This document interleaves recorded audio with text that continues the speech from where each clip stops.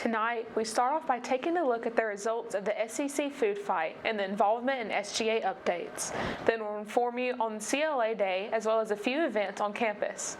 We'll also take a look nationally by updating you on more gun violence in the U.S. and a new bill on debt limit to be passed this week. Finally, you'll hear the Hollywood Minute and the Pet of the Week.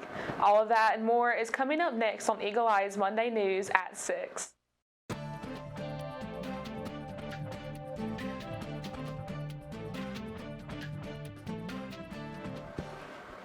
Good evening and welcome to Eagle Eye News at 6. I'm Payne. And I'm Maddie Larkin. The annual SEC food fight has come to an end with Auburn University taking first place for the third year in a row. This annual competition is comprised of university food pantries collecting student and community donations in order to combat food insecurity in our communities. There were 10 universities that took part in this year's competition, including the University of Alabama, the University of Georgia, and many others. Beat Bama Food Drive was a major piece of this year's victory. The whole Auburn family raised more than $70,000 from 969 donors. All donations supported the Auburn University campus food pantry.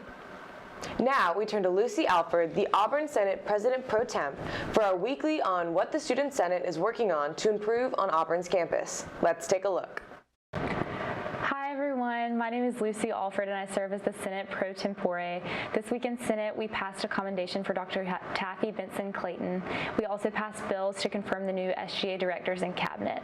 The future orders of business include a bill establishing a Veterans Affairs Special Committee, a bill allocating funds to UPC's Earth Day event, confirmations of cabinet positions, Miss Auburn Chief of Staff confirmations, Organizations Board confirmations, and that's all from me right now. But if you have any feedback, please find SGA on Instagram and utilize Auburn Answers.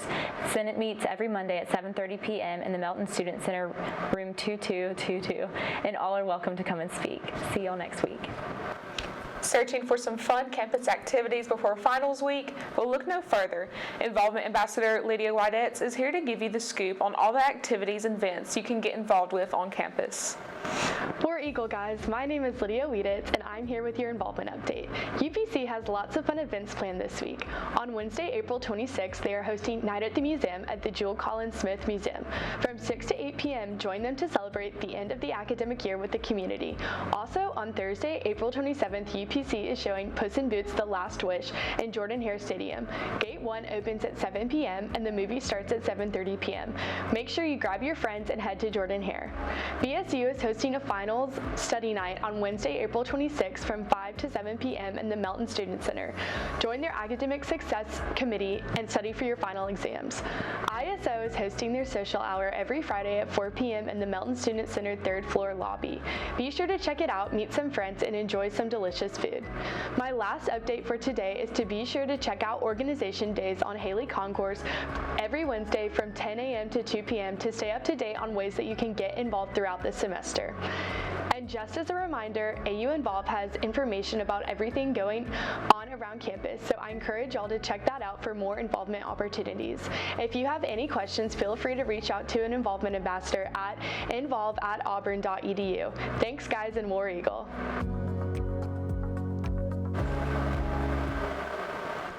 When we return from this short break, we'll tell you all about CLA Day. Then you'll hear a few events on campus. You're watching Eagle Eye News at 6.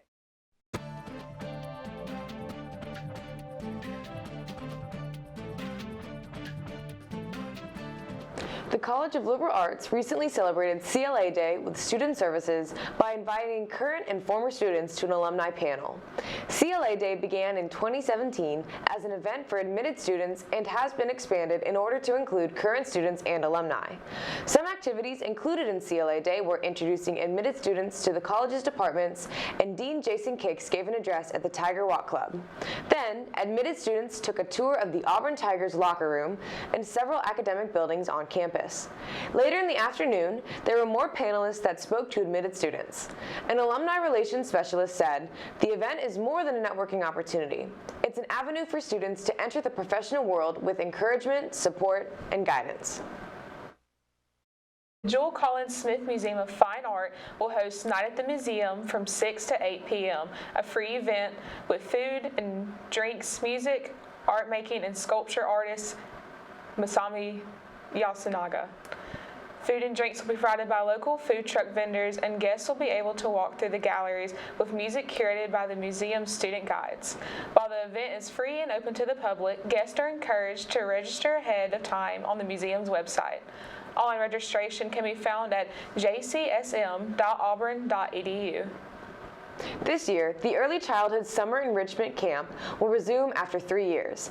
This program is centered around providing children with an opportunity to drive their learning and healthy development through play. Associate Professor and Coordinator of the Early Childhood Program in the College of Education, Sean Durham, has said that children have reduced access to play in school with increased emphasis placed on academics and testing.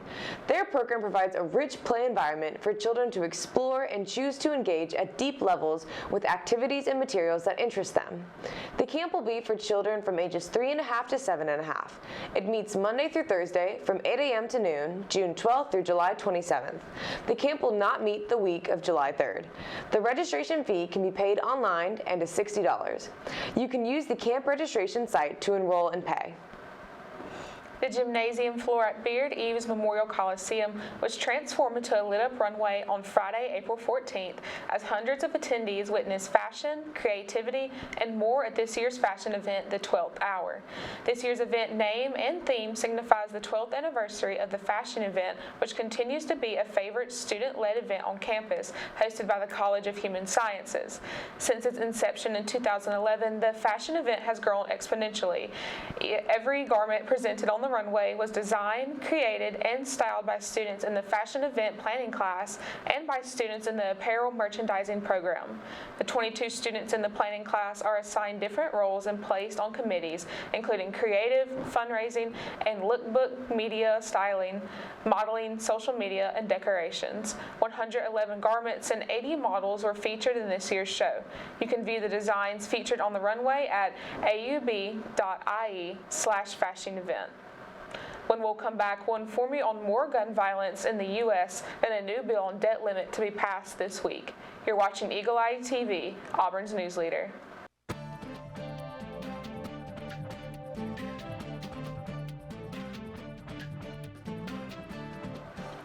More gun violence is rattling multiple communities across the U.S. this weekend. In Texas, at least 9 teens are recovering following a shooting at an after-prom party. In Washington, D.C., at least 8 people, including a 12-year-old, were injured in back-to-back shootings Friday night. The latest violence comes as 3 Tennessee lawmakers who've been in the headlines get set to meet with President Joe Biden to discuss the future of gun reform. Shelley Molashi has the latest. In Washington, D.C., police are searching for suspects in back-to-back shootings Friday night that left 8 people wounded, including a 12-year-old girl. We're looking for a black sedan, possibly a Mercedes, who witnesses say drove through the block and indiscriminately fired upon the individuals here in the bomb. In Texas, authorities are investigating a shooting north of the town of Jasper that sent at least 9 teens to the hospital Sunday morning. It happened just after midnight at a home during an after-prom party. According to police, the victims range in age from 15 to 19 years old.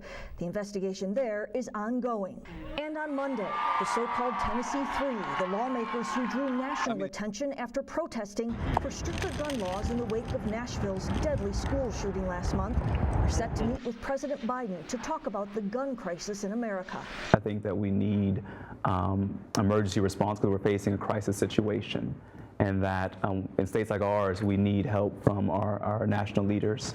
It is also to think about beyond executive orders, what other authority exists within departments and agencies that the president is ultimately responsible for. According to a recent survey by the Kaiser Family Foundation, worry and fear about gun violence are widespread in the United States, adding more than 1 in 5 adults has had a family member killed by a gun, including suicide. I'm Shelley Molashi reporting. The U.S. hit its debt ceiling in January, and since then the Treasury Department has been keeping the nation afloat financially. However, the deadline for a default is inching closer, and President Joe Biden and House Speaker Kevin McCarthy still aren't seeing eye to eye on the matter. John Lornick reports. Speaker Kevin McCarthy says he has enough support to get his debt limit legislation through the expected House vote this week. We do have a very small majority, only 5 seats, one of the smallest we've ever had. But I cannot imagine someone in our conference that would want to go along with Biden's reckless spending. McCarthy's bill includes a $1.5 trillion hike to the debt ceiling, but with cuts to domestic spending programs. Raising the debt ceiling is a separate discussion from spending. It is making sure that we pay our bills.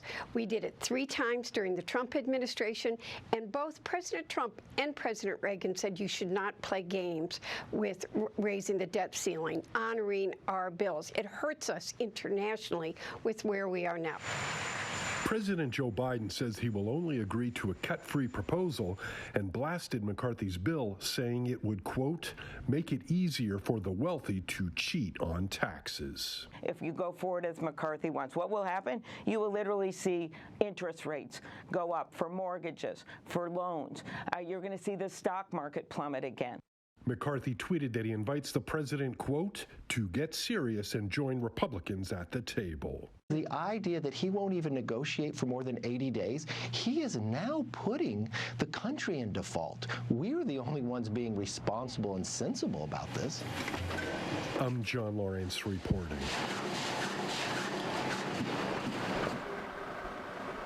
One in 3 kids in America cannot read at a basic level of comprehension. This alarming new statistic is according to a key national exam. The troubling downward trend now has some schools rethinking their approach to teaching our children by going back to the basics such as phonics. CNN's Athena Jones has more. My name is Judy B. Jones. Before this school year, 8-year-old Dream James was struggling to read. Now, she's reading everything. I just like B, and that's all. Before it was, I can't do it, I can't spell, I can't read too. Now it's, oh, I know how to sound this out, and I know how to read this. The 3rd grader at Panther Valley Elementary School in rural Pennsylvania had a hard time learning the basics of reading. Her school had introduced a new curriculum a few years ago based on the balanced literacy theory, an approach used in some classrooms nationwide for over 2 decades. Rather than learning to sound out letter combinations, also called phonics, teachers focused on what's known as cueing, instructing children to use context and other clues to figure out words. This just explains to them what each syllable actually means. Teacher Amanda Cusco at first embraced this new approach. But then as we started kind of digging deeper and getting into the instruction, we sort of noticed something was missing. So how did it work? As they're reading, they are supposed to look at the picture. Oh, what's this word? Well, look at the picture. Do you maybe know a word part? What could that word be? What word would make sense there? So they weren't actually reading the letters, they weren't reading the words, they were guessing. That didn't work. We realized very quickly that students weren't acquiring the skills to actually sound out words, decode words, spell words. They weren't actually learning to read. By year end, just a quarter of Panther Valley's 3rd graders could read at grade level. In fact, much of the country is facing a child literacy crisis. Just 1 in 3 4th graders was at or above proficiency in reading last year, with nearly 4 in 10 performing below basic level. It's a social issue for all of us, and it's an equity issue across America. But a shift is underway.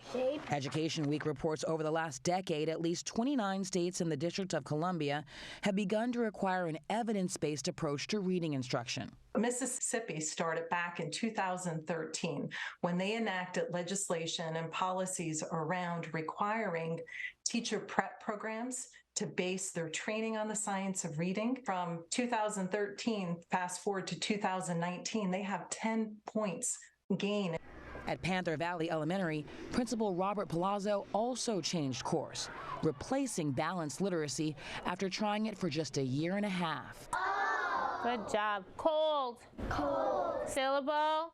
We've seen students in 3rd grade's decoding skills, meaning sounding out words, increase from 20% at grade level in the beginning of the year to approximately 60% currently. Dream began the year reading at a 1st grade level and is now closer to a middle or end of 2nd grade level. She and her mother couldn't be more proud. now this is what she wants. This is what she likes. She loves to read. She's eager to oh, I can't wait to start 4th grade. I can't wait to, to do all this because she's not low self-esteem no more. When we come back, you'll hear the Hollywood Minute and all about our Pet of the Week. You're watching Eagle Eye TV, Auburn's news leader.